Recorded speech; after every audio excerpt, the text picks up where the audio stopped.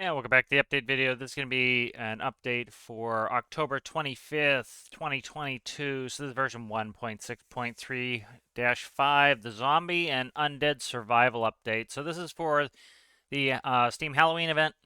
So let's go on through here. So dear Stormworks, it is Steam Screamfest. Today we had zombies and animal fancy dress. The Stormworks undead wander around aimlessly until they hear or see players.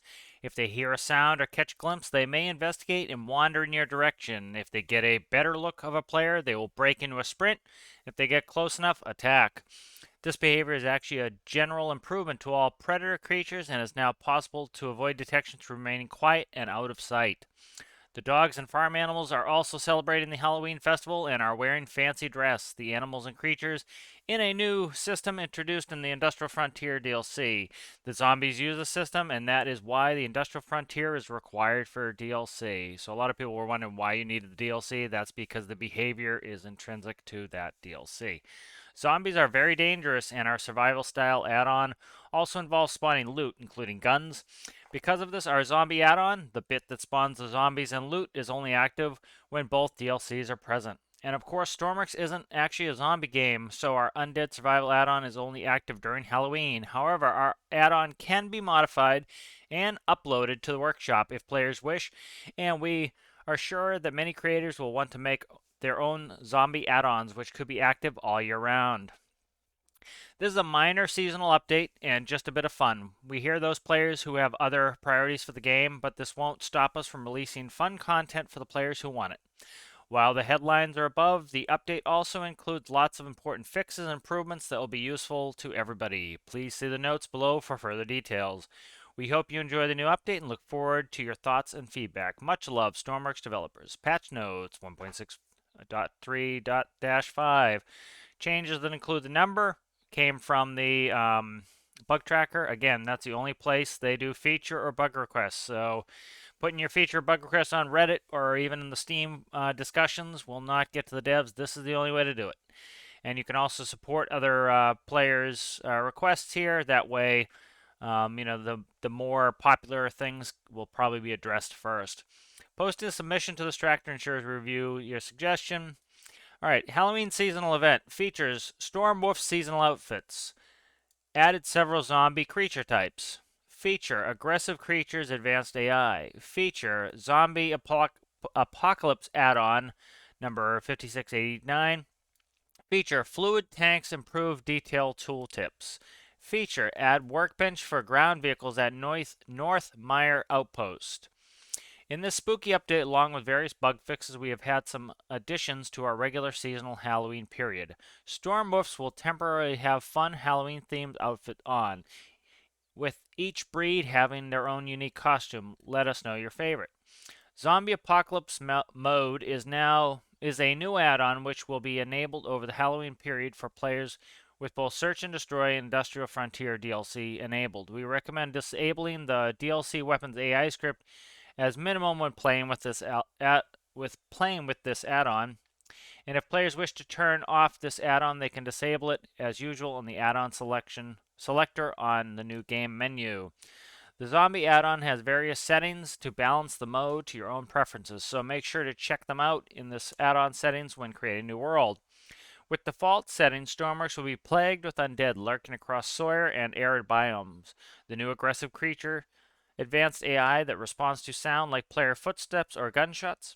Players can go guns blazing or opt for stealth to avoid zombie vision cones as they search buildings for random generated loot. Breaking line of sight will cause the zombies to lose interest after a while. Loot and zombies will respawn after 5 minutes of a tile being unloaded. And random loot is themed to the location, hospitals more likely to drop medical supplies, etc. Some of the following fixes are updates to default add-on content or terrain, which may not be updated/fixed on pre-existing saves. Fix.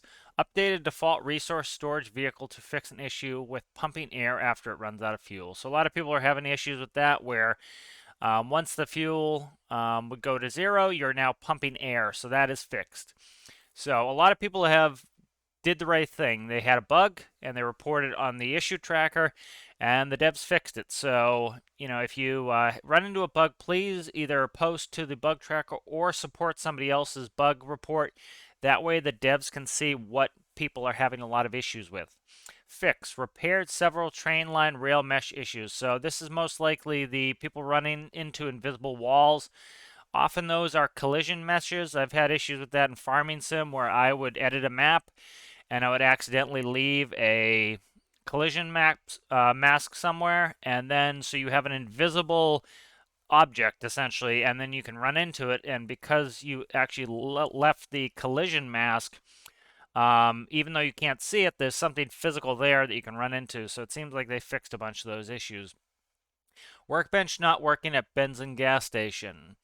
Invisible, here's another one. Invisible wall / for sale sign physics not despawning correctly. So essentially there's a physical barrier for the for sale signs, and it sounds like when you are purchasing, it may have been deleting the visual component but not the actual collision mask. So it looks like they fixed that. Weapon outfits IDs have now been corrected for inventory components. Increased async network buffer size for vehicles. Weather desync on load join. Winch audio persisting at max length. That's cool. I'm glad they fixed that. Disabled some developer debug logs. Fixed syntax error in Lua docs. Oxygen tank and parachute animations fixed. Unable to use scene ladders when carrying a creature, so you can use those now. You can carry a creature up a ladder now, it sounds like. Tooltip not appearing on workbench when carrying a creature. So that's good too, because I was having to drop my dog when I was going on a workbench. Environmental slider affecting voice volume. Fix charger component not providing power to grids connected directly to output without a charge reservoir. Mesh fixes for nuclear plant. Bear attack mission description appearing incorrectly. Spawned structures now count as static. Creature attacks dealing 3 times damage to clients. Balance. Rebalance initial workbench fuel resource amounts. 5,000 diesel, 2,000 jet, 1,000 coal. So that's good. It was a little low, but, especially for if you're starting a new game, especially for new players, they tend not to have the most fuel efficient vehicles because they haven't figured out gearing yet and how to best set up a motor.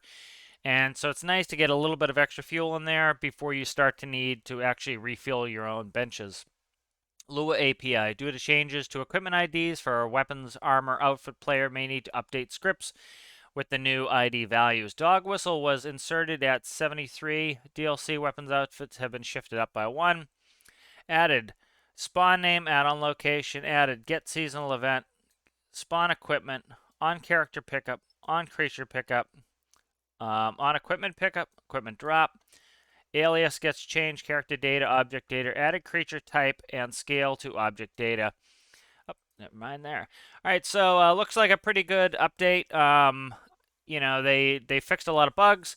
I did a little bit of zombie play on the workbench with Endo and crew, Professor Incognito, Storm Trail, a bunch of other people. You can go ahead and watch that video. And, it's good to get into the zombies. I'm enjoying this. Really looking forward to the ability for us players to be able to release some zombie content. So you're going to be able to actually create add-ons for the zombies so we can build our own themed zombie events. And so I'm looking forward to checking out the workshop and see what all you guys produce that we can go play with. So I hope you guys are enjoying the update, and I will see you in the next one.